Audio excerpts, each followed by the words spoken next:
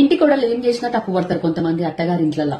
కూర్చుంటే కూర్చుందంటారు, లేచి నిలబడితే లేచి నిలబడింది అంటారు, మాట్లాడితే మాటకి మాట సమాధానం చెప్పే అంత పొగరేంది అని అంటారు, ఏం మాట్లాడకపోతే ఏం మాట్లాడతలేదు అంత యాటిట్యూడ్ ఎందుకు అంటారు, నవ్వుతేనేమో ఎంత ధైర్యం అంటారు, ఏడుస్తేనేమో ఏడుపు గొట్టు మొహంది అంటారు. ఆమె చేసే ప్రతి పనికి మీరు తప్పు పట్టుకుంటూ కూర్చుంటే ఎట్లా? ఇట్లాంటి తప్పు పట్టే ఫ్యామిలీకి కోడలుగా పోయిన ఆడపిల్లలందరికీ చెప్తున్నా, మీ అత్తగారి ఇంట్లో అందరికి ఒక హాబీస్ ఉందేమో. మీరు ఏం చేసినా సరే తప్పు పట్టే హాబీస్ వాళ్ళకేమైనా ఉందేమో, వాళ్ళకేమైనా రోగం ఉందేమో. మీ అందరికి ఒక సీక్రెట్ చెప్తా.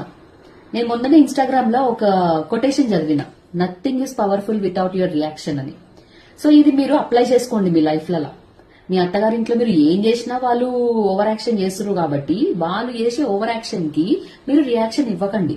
మీకు నచ్చినట్టు మీరు ఉండండి. వాళ్ళు అరుస్తున్నారు, లొల్లి పెడుతున్నారు, నేను కూర్చుంటే కూర్చున్నా అంటున్నారు, లేస్తే లేచినా అంటున్నారు అని మీరు అస్సలు రియాక్ట్ కావద్దు. మీకు నచ్చినట్టు మీరు ఉండండి.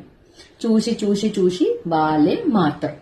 మళ్ళీ చెప్తున్నా, nothing is powerful without your reaction. ఇది మనకి కరెక్ట్ గా సెట్ అవుతుంది, ఎస్పెషల్లీ డాటర్స్ ఇన్ లాకి.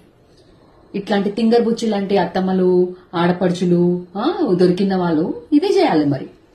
అండ్ ఇప్పుడు కోడల్ని ప్రతిదానికి తప్పు పట్టే వాళ్ళకు ఒక విషయం చెప్తున్నా, ఆమె సైలెంట్ గా ఉంది కదా అని don't take her for granted. ఆమె బాధపడుతుంది కదా అని చెప్పేసి మీకు అదొక పైశాచిక ఆనందం. అది బాధపడుతుంది